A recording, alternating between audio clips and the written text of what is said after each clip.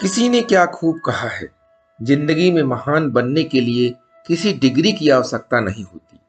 अच्छे संस्कार की हमें इंसान बनाते हैं। नमस्कार दोस्तों, मेरा नाम प्रेम प्रकाश पांडे है। आज अपने चैनल पर एक नई बेहतरीन मोटिवेशनल स्टोरी लेकर के आया हूं।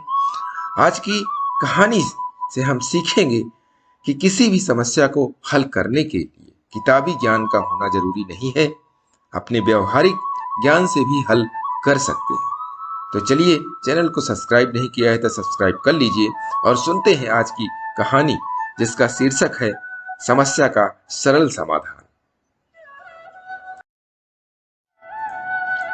मैनेजमेंट की शिक्षा प्राप्त कर रहे कुछ स्टूडेंट को प्रॉब्लम सॉल्विंग स्किल्स डेवलप करने के बारे में बताया जा रहा था। कुछ देर पढ़ाने के बाद प्रोफेसर ने बच्चों को एक केस स्टडी सॉल्व करने को दी। जापान की एक साबुन बनाने वाली कंपनी को अपनी क्वालिटी और वर्ल्ड क्लास प्रोसेस के लिए जाना जाता था, पर आज उनके सामने एक अजीब समस्या आ खड़ी हुई। उन्हें कंप्लेंट मिली कि एक कस्टमर ने जब साबुन का डिब्बा खरीदा तो वो खाली था। कंप्लेंट की जांच की गई तो पता चला चूक कंपनी की तरफ से ही हुई थी। असेंबली लाइन से जब साबुन डिलीवरी डिपार्टमेंट को भेजे जा रहे थे तब एक डिब्बा खाली ही चला गया।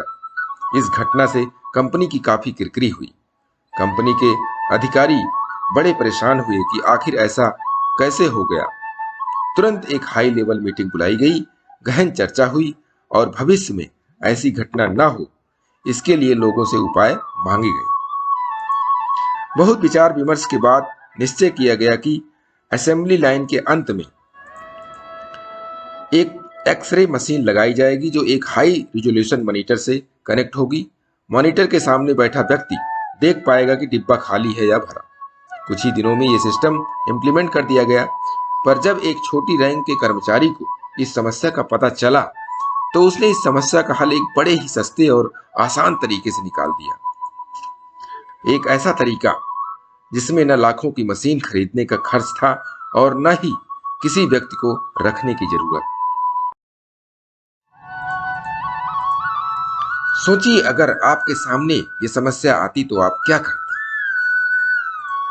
उस आदमी ने ये किया। उसने एक हाई पावर इलेक्ट्रिकल फैन खरीदा और असेंबली लाइन के सामने लगा दिया। अब हर एक डिब्बे को पंखे की तेज हवा के सामने से होकर गुजरना पड़ता और जैसे कोई खाली डिब्बा सामने आता, हवा उसे उड़ाकर दूर फेंक देती। तो दोस्तों, इस तरह के सॉल्यूशंस को हम आउट ऑफ द बॉक्स या क्रिएटिव थिंकिंग कहते हैं। और सबसे अच्छी बात यह है कि इसका किताबी ज्ञान से कोई लेना देना नहीं होता।